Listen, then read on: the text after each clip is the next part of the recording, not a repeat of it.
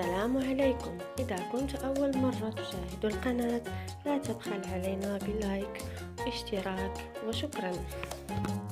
السلام عليكم، نتمنى يا ربي اموركم تكون بخير وعلى خير.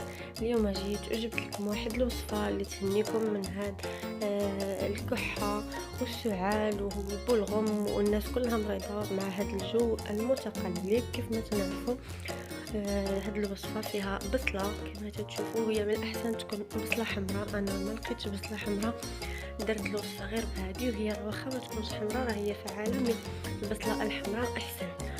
تنقشروا هاد البصله تنقطعوها وتناخدوا الخلاط، اي خلاط نتوما متوفرين عليه، وتنديروها مقطعه في هذا الخلاط، وتنزيدوا عليها نص كاس ديال الماء. وهنا خاصكم تستعملوا الماء المعدني، او لما كنتوش متوفرين على هذا الماء المعدني يعني الماء اللي تيتباع في القرعه، حيت يكون معقم ما تيكونش فيه الكالكير.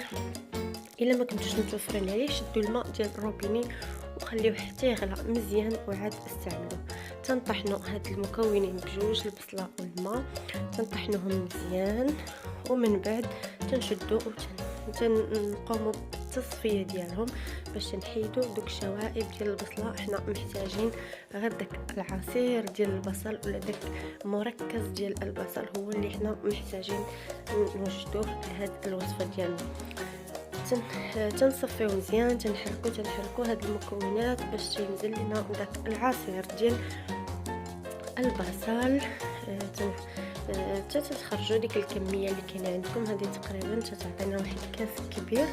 هاد الوصفه هذه تعطينا كاس كبير ديال هاد المحلول اللي حنا غادي نستعملوه. نقدروا نقولوا ليه انتيبيوتيك ومضاد حيوي فعال لهاد الكحه، طرد البلغم وتصفيه الصدر من كاع هذوك الشوائب. ونقدروا نعطيوه للرضع ابتداء من اول يوم لهم، يعني من زياده ديال الرضيع. غير هو خاصنا نعطيوهم معلقه صغيره فقط من هذا المحلول. ملي تنصفيو كما تشوفوا تناخذوا واحد الملعقه كبيره ديال العسل الحر، عسل النحل. هنا غير الاضافه، كاين الناس اللي الله يكون في العوان ما غاديش تكون متوفره على العسل الحر، ولا الظروف انها ما كاينش عندها وما متوفرش في ديك اللحظه. غير الاشاره راه ماشي ضروري يكون عسل حر، تقدروا تستعملوا غير عسل عادي، عسل اللي تيتباع اللي تنصاوبوا به الحلويات او اللي تيتكال هكذا. وتقدروا كذلك تستعملوا عوض العسل غتستعملوا واحد 2 حتى 3 معالق ديال السكر، سكر حبيبات او سكر سنيده. يعني اشنا هو الهدف من هذا العسل تنعرفوا راه هو انتيبيوتيك. وعلاش اللي ما عندناش نقدروا نديروا السكر، حيت السكر مع اي عصير تيعطينا واحد المركز، وحنا هادشي اللي بغينا.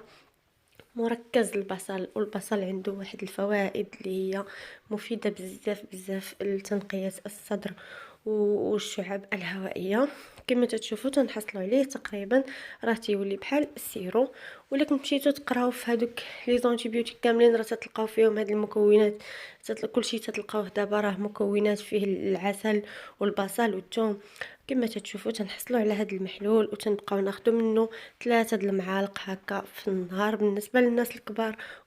وبالنسبه للوليدات الصغار سورتو هذوك الوليدات اللي باقين غير هما رضع اللي باقين صغار، نعطيوهم واحد المعلقه في الصباح ومعلقه فاش يبغيو ينعسوا. وثقوا بيا هاد الوصفه راه هي فعاله، والله يجيب الشفاء للجميع. وبسلامه عليكم، وما تنساوناش بلايك واشتراك.